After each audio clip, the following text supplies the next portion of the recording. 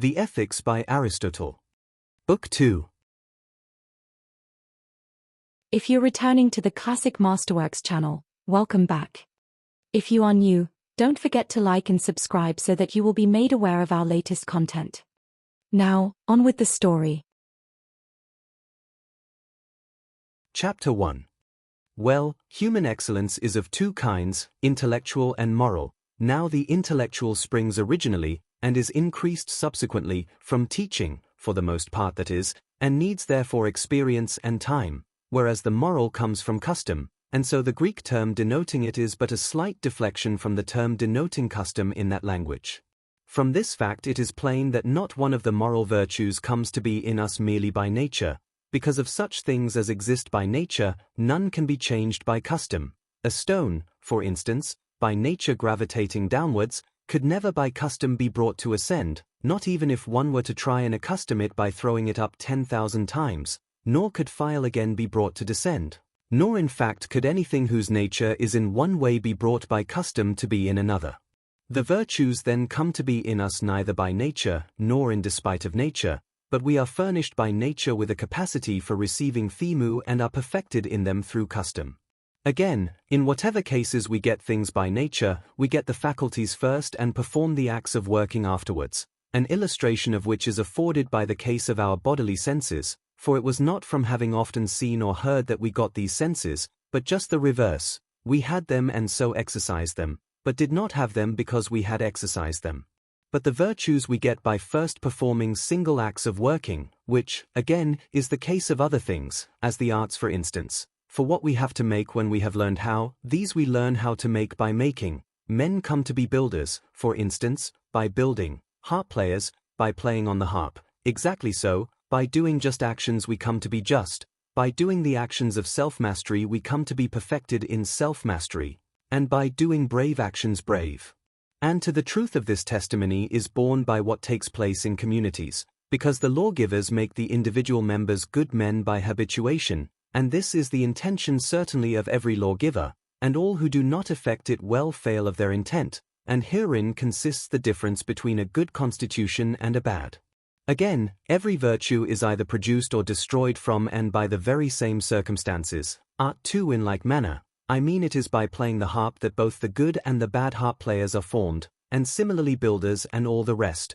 By building well men will become good builders, by doing it badly bad ones. In fact, if this had not been so, there would have been no need of instructors, but all men would have been at once good or bad in their several arts without them.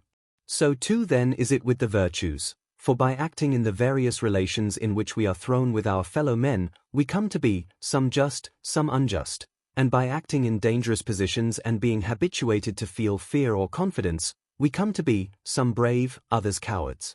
Similarly is it also with respect to the occasions of lust and anger.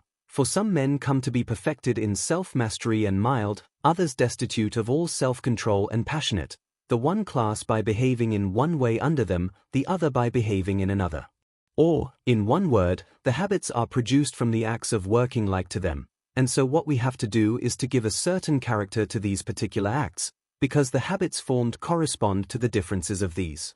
So then, whether we are accustomed this way or that straight from childhood, makes not a small but an important difference, or rather I would say it makes all the difference.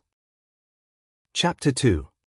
Since then the object of the present treatise is not mere speculation, as it is of some others, for we are inquiring not merely that we may know what virtue is but that we may become virtuous, else it would have been useless. We must consider as to the particular actions how we are to do them, because, as we have just said, the quality of the habits that shall be formed depends on these. Now, that we are to act in accordance with right reason is a general maxim, and may for the present be taken for granted. We will speak of it hereafter, and say both what right reason is, and what are its relations to the other virtues. But let this point be first thoroughly understood between us, that all which can be said on moral action must be said in outline, as it were, and not exactly, for as we remarked at the commencement, such reasoning only must be required as the nature of the subject matter admits of, and matters of moral action and expediency have no fixedness any more than matters of health. And if the subject in its general maxims is such, still less in its application to particular cases is exactness attainable, because these fall not under any art or system of rules, but it must be left in each instance to the individual agents to look to the exigencies of the particular case, as it is in the art of healing or that of navigating a ship. Still, though the present subject is confessedly such, we must try and do what we can for it. First then this must be noted, that it is the nature of such things to be spoiled by defect and excess, as we see in the case of health and strength, since for the illustration of things which cannot be seen we must use those that can, for excessive training impairs the strength as well as deficient. Meat and drink, in like manner, in too great or too small quantities, impair the health, while in due proportion they cause, increase, and preserve it. Thus it is therefore with the habits of perfected self-mastery and courage and the rest of the virtues. For the man who flies from and fears all things, and never stands up against anything, comes to be a coward, and he who fears nothing, but goes at everything, comes to be rash. In like manner too, he that tastes of every pleasure and abstains from none comes to lose all self-control, while he who avoids all, as do the dull and clownish, comes as it were to lose his faculties of perception. That is to say, the habits of perfected self-mastery and courage are spoiled by the excess and defect, but by the mean state are preserved. Furthermore, not only do the origination, growth, and marring of the habits come from and by the same circumstances, but also the acts of working after the habits are formed will be exercised on the same. For so it is also with those other things which are more directly matters of sight, strength for instance. For this comes by taking plenty of food and doing plenty of work, and the man who has attained strength is best able to do these. And so it is with the virtues, for not only do we by abstaining from pleasures come to be perfected in self-mastery, but when we have come to be so we can best abstain from them, similarly too with courage. For it is by accustoming ourselves to despise objects of fear and stand up against them that we come to be brave, and after we have come to be so we shall be best able to stand up against such objects. And for a test of the formation of the habits we must take the pleasure or pain which succeeds the acts, for he is perfected in self-mastery who not only abstains from the bodily pleasures but is glad to do so, whereas he who abstains but is sorry to do it has not self-mastery. He again is brave who stands up against danger, either with positive pleasure or at least without any pain, whereas he who does it with pain is not brave. For moral virtue has for its object matter pleasures and pains, because by reason of pleasure we do what is bad, and by reason of pain decline doing what is right, for which cause, as Plato observes, men should have been trained straight from their childhood to receive pleasure and pain from proper objects, for this is the right education.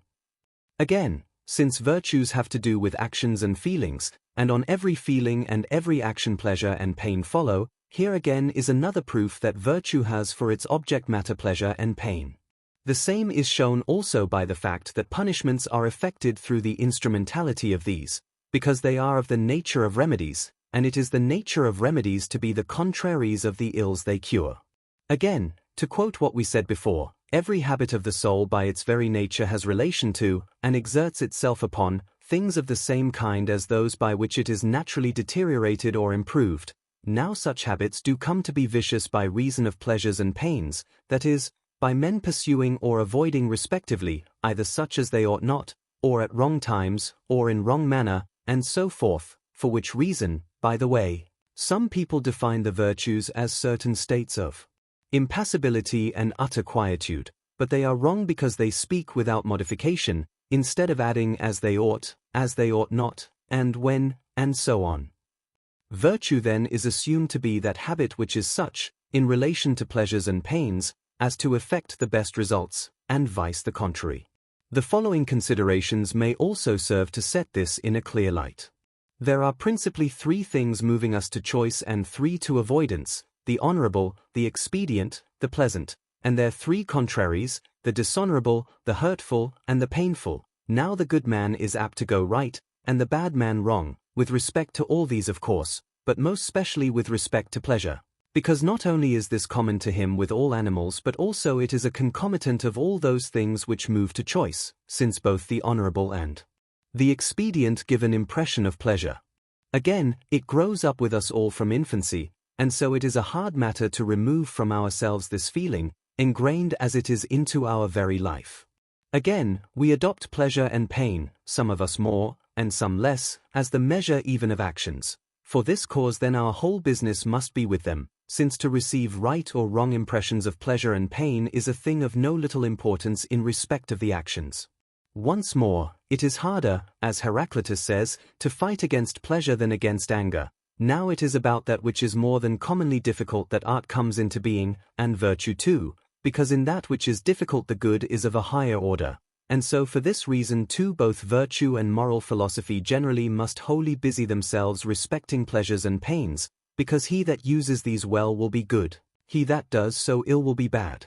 Let us then be understood to have stated, that virtue has for its object matter pleasures and pains, and that it is either increased or marred by the same circumstances, differently used, by which it is originally generated, and that it exerts itself on the same circumstances out of which it was generated.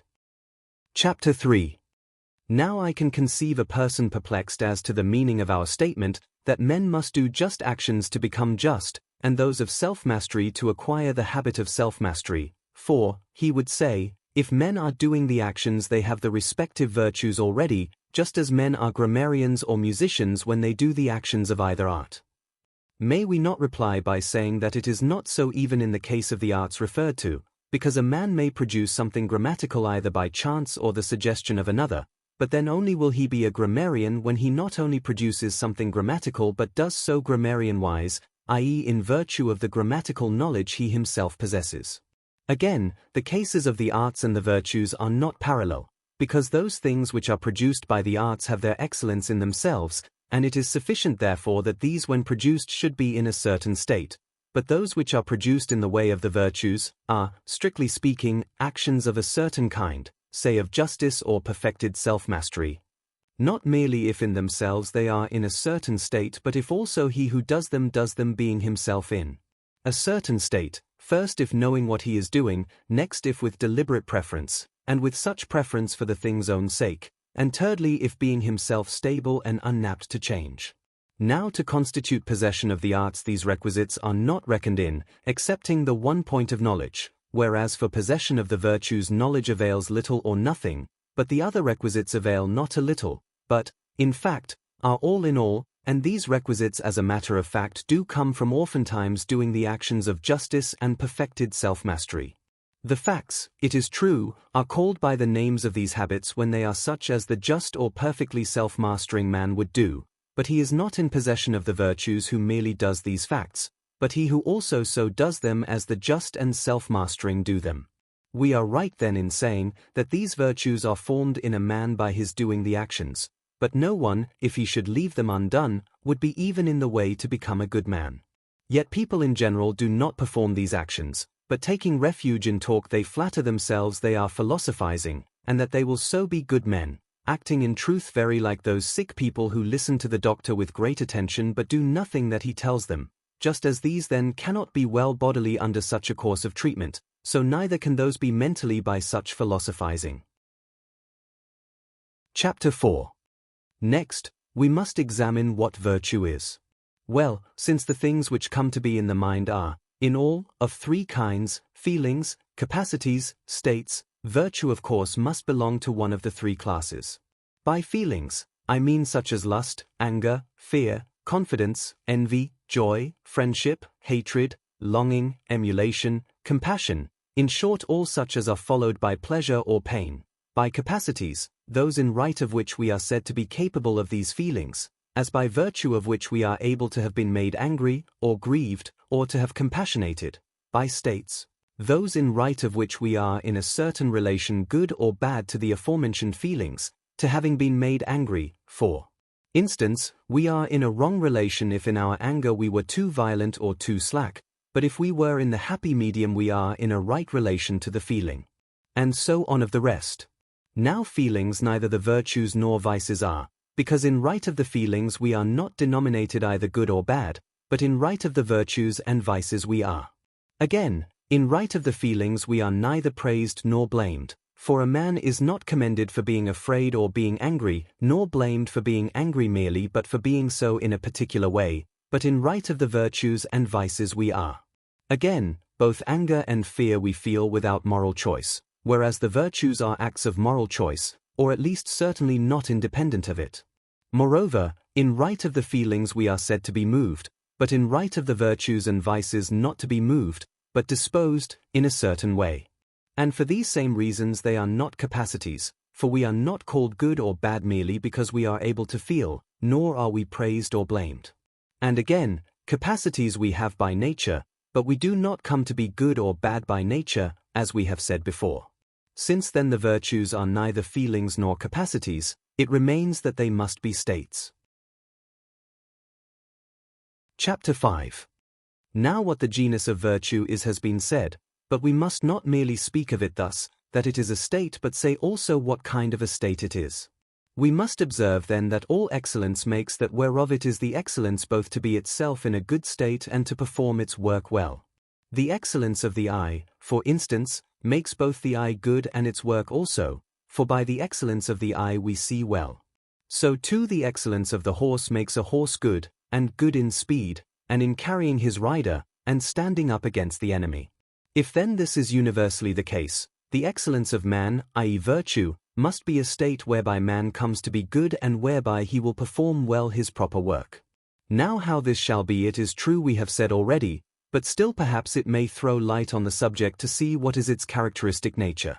In all quantity then, whether continuous or discrete, one may take the greater part, the less, or the exactly equal, and these either with reference to the thing itself, or relatively to us, and the exactly equal is a mean between excess and defect. Now by the mean of the thing, i.e. absolute mean, I denote that which is equidistant from either extreme, which of course is one and the same to all, and by the mean relatively to ourselves, that which is neither too much nor too little for the particular individual. This of course is not one nor the same to all. For instance, suppose 10 is too much and 2 too little, people take 6 for the absolute mean, because it exceeds the smaller sum by exactly as much as it is itself exceeded by the larger, and this mean is according to arithmetical proportion. But the mean relatively to ourselves must not be so found, for it does not follow, supposing 10 minae is too large a quantity to eat and 2 too small, that the trainer will order his man 6, because for the person who is to take it this also may be too much or too little. For Milo it would be too little, but for a man just commencing his athletic exercises too much, similarly too of the exercises themselves, as running or wrestling. So then it seems every one possessed of skill avoids excess and defect, but seeks for and chooses the mean, not the absolute but the relative. Now if all skill thus accomplishes well its work by keeping an eye on the mean, and bringing the works to this point, whence it is common enough to say of such works as are in a good state, one cannot add to or take aught from them, under the notion of excess or defect destroying goodness but the mean state preserving it, and good artisans, as we say, work with their eye on this, and excellence, like nature, is more exact and better than any art in the world. It must have an aptitude to aim at the mean. It is moral excellence, i.e. virtue, of course which I mean, because this it is which is concerned with feelings and actions, and in these there can be excess and defect and the mean. It is possible, for instance, to feel the emotions of fear, confidence, lust, anger, compassion, and pleasure and pain generally, too much or too little, and in either case wrongly, but to feel them when we ought, on what occasions, towards whom, why, and as we should do, is the mean, or in other words the best state, and this is the property of virtue. In like manner too with respect to the actions, there may be excess and defect and the mean. Now virtue is concerned with feelings and actions, in which the excess is wrong and the defect is blamed but the mean is praised and goes right, and both these circumstances belong to virtue.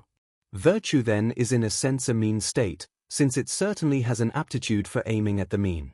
Again, one may go wrong in many different ways, because, as the Pythagoreans expressed it, evil is of the class of the infinite, good of the finite, but right only in one, and so the former is easy, the latter difficult, easy to miss the mark, but hard to hit it, and for these reasons, therefore, both the excess and defect belong to vice, and the mean state to virtue, for, as the poet has it, men may be bad in many ways, but good in one alone. Chapter 6. Virtue then is a state apt to exercise deliberate choice, being in the relative mean, determined by reason, and as the man of practical wisdom would determine. It is a middle state between two faulty ones, in the way of excess on one side and of defect on the other, and it is so moreover, because the faulty states on one side fall short of, and those on the other exceed, what is right, both in the case of the feelings and the actions. But virtue finds, and when found adopts, the mean. And so, viewing it in respect of its essence and definition, virtue is a mean state, but in reference to the chief good and to excellence it is the highest state possible.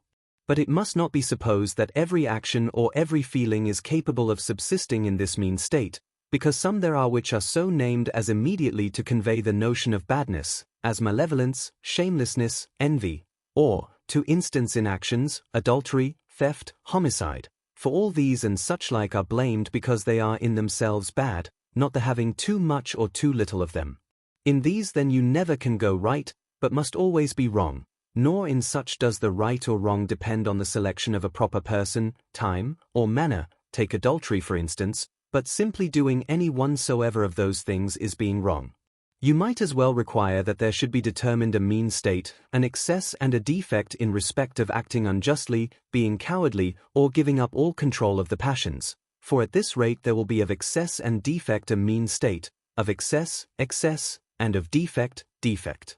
But just as of perfected self-mastery and courage there is no excess and defect, because the mean is in one point of view the highest possible state, so neither of those faulty states can you have a mean state, excess, or defect, but howsoever done they are wrong. You cannot, in short, have of excess and defect a mean state, nor of a mean state excess and defect.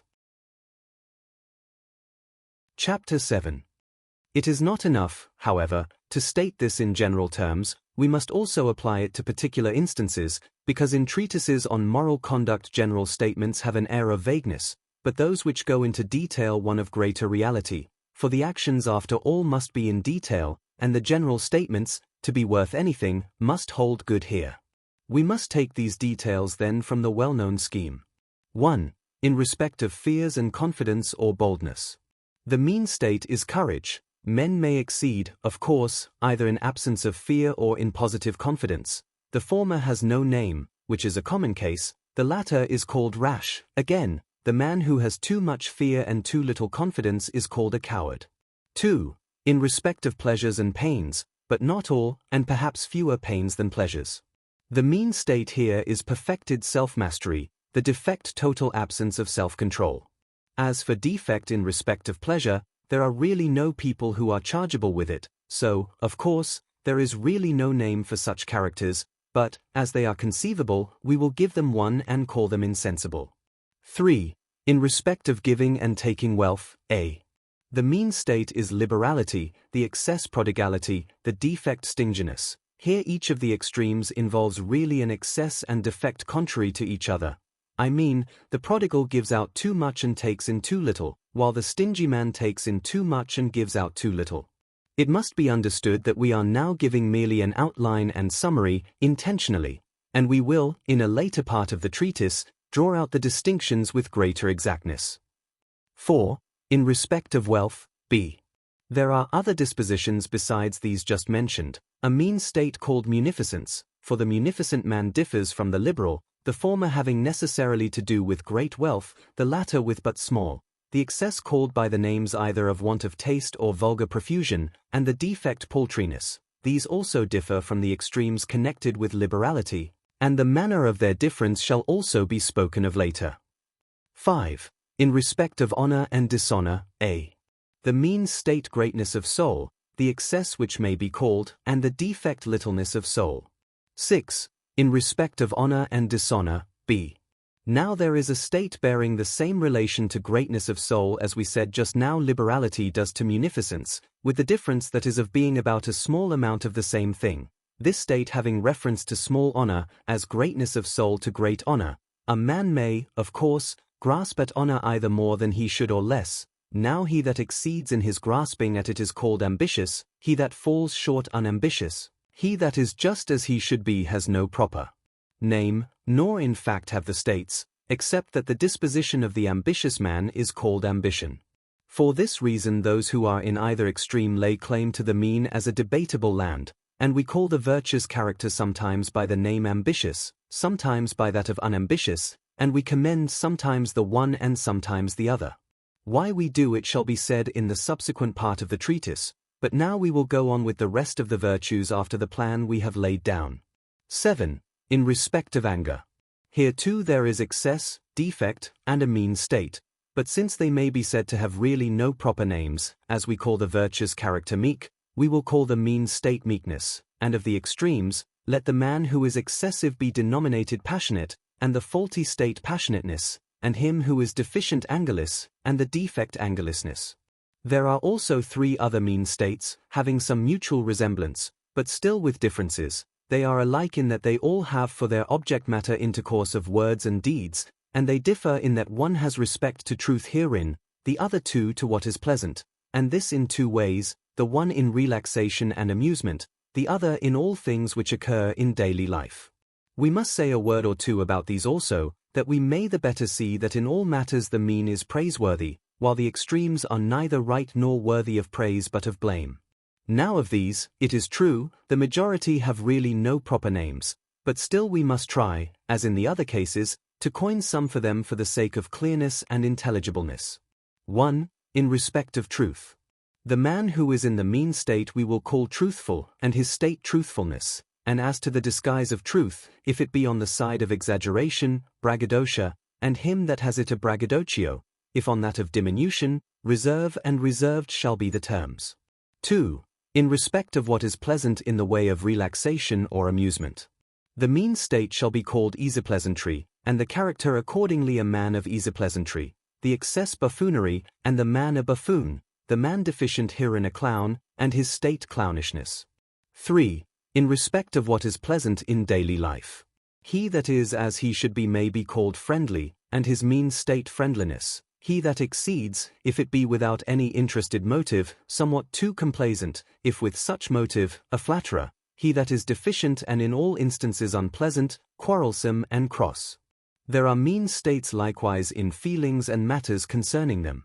Shamefacedness, for instance, is no virtue, still a man is praised for being shamefaced, for in these 2 the one is denominated the man in the mean state, the other in the excess, the dumbfounded, for instance, who is overwhelmed with shame on all and any occasions. The man who is in the defect, i.e. who has no shame at all in his composition, is called shameless, but the right character shamefaced. Indignation against successful vice, again, is a state in the mean between envy and malevolence. They all 3 have respect to pleasure and pain produced by what happens to one's neighbor, for the man who has this right feeling is annoyed at undeserved success of others, while the envious man goes beyond him and is annoyed at all success of others, and the malevolent falls so far short of feeling annoyance that he even rejoices at misfortune of others. Again, is a state in the mean between envy and malevolence. They all 3 have respect to pleasure and pain produced by what happens to one's neighbor, for the man who has this right feeling is annoyed at undeserved success of others, while the envious man goes beyond him and is annoyed at all success of others, and the malevolent falls so far short of feeling annoyance that he even rejoices at misfortune of others. But for the discussion of these also there will be another opportunity, as of justice too, because the term is used in more senses than one. So after this we will go accurately into each and say how they are mean states, and in like manner also with respect to the intellectual excellences.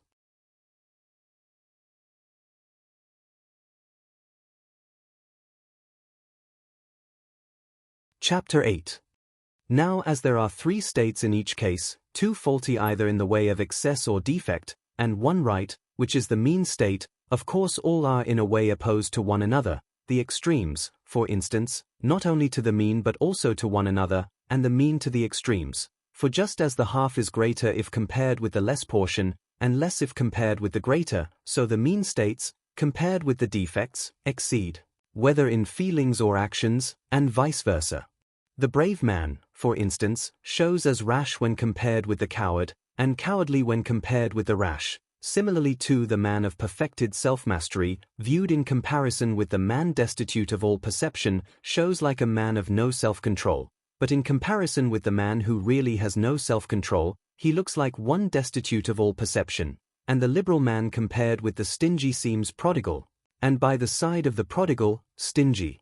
And so the extreme characters push away, so to speak, towards each other the man in the mean state. The brave man is called a rash man by the coward, and a coward by the rash man, and in the other cases accordingly.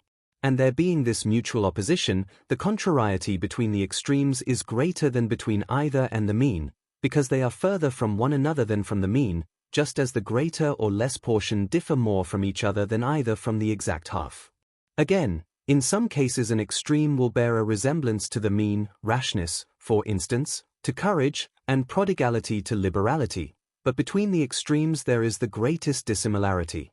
Now things which are furthest from one another are defined to be contrary, and so the further off the more contrary will they be. Further, of the extremes in some cases the excess, and in others the defect, is most opposed to the mean, to courage, for instance, not rashness which is the excess, but cowardice which is the defect, whereas to perfected self-mastery not insensibility which is the defect but absence of all self-control which is the excess.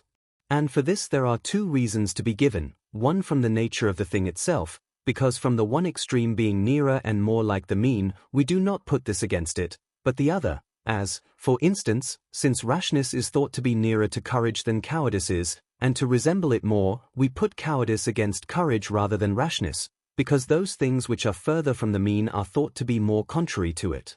This then is one reason arising from the thing itself. There is another arising from our own constitution and make, for in each man's own case those things give the impression of being more contrary to the mean to which we individually have a natural bias.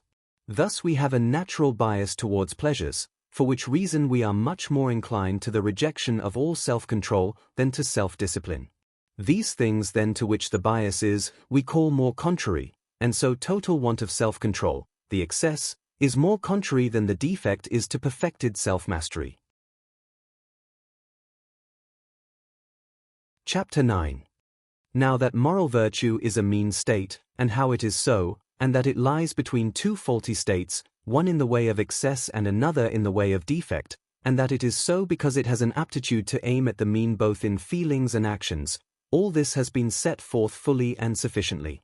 And so it is hard to be good, for surely hard it is in each instance to find the mean, just as to find the mean point or center of a circle is not what any man can do, but only he who knows how. Just so to be angry, to give money, and be expensive, is what any man can do, and easy, but to do these to the right person, in due proportion, at the right time, with a right object, and in the right manner, this is not as before what any man can do, nor is it easy, and for this cause goodness is rare, and praiseworthy, and noble. Therefore he who aims at the mean should make it his first care to keep away from that extreme which is more contrary than the other to the mean, just as Calypso in Homer advises Ulysses, "Clear of this smoke and surge thy bark direct." Because of the two extremes the one is always more, and the other less, erroneous, and, therefore, since to hit exactly on the mean is difficult, one must take the least of the evils as the safest plan, and this a man will be doing if he follows this method. We ought also to take into consideration our own natural bias, which varies in each man's case, and will be ascertained from the pleasure and pain arising in us. Furthermore, we should force ourselves off in the contrary direction, because we shall find ourselves in the mean after we have removed ourselves far from the wrong side, exactly as men do in straightening bent timber. But in all cases we must guard most carefully against what is pleasant, and pleasure itself, because we are not impartial judges of it. We ought to feel in fact towards pleasure as did the old counsellors towards Helen, and in all cases pronounce a similar sentence, for so by sending it away from us, we shall err the less. Well, to speak very briefly, these are the precautions by adopting which we shall be best able to attain the mean. Still, perhaps, after all it is a matter of difficulty, and specially in the particular instances, it is not easy, for instance, to determine exactly in what manner, with what persons, for what causes, and for what length of time, one ought to feel anger. For we ourselves sometimes praise those who are defective in this feeling, and we call them meek, at another, we term the hot-tempered manly and spirited. Then, again, he who makes a small deflection from what is right, be it on the side of too much or too little, is not blamed, only he who makes a considerable one, for he cannot escape observation. But to what point or degree a man must err in order to incur blame, it is not easy to determine exactly in words, nor in fact any of those points which are matter of perception by the moral sense. Such questions are matters of detail, and the decision of them rests with the moral sense. At all events thus much is plain, that the mean state is in all things praiseworthy, and that practically we must deflect sometimes towards excess, sometimes towards defect, because this will be the easiest method of hitting on the mean, that is, on what is right. Thank you for watching. If you've enjoyed this video, please like it, and consider subscribing to Classic Masterworks.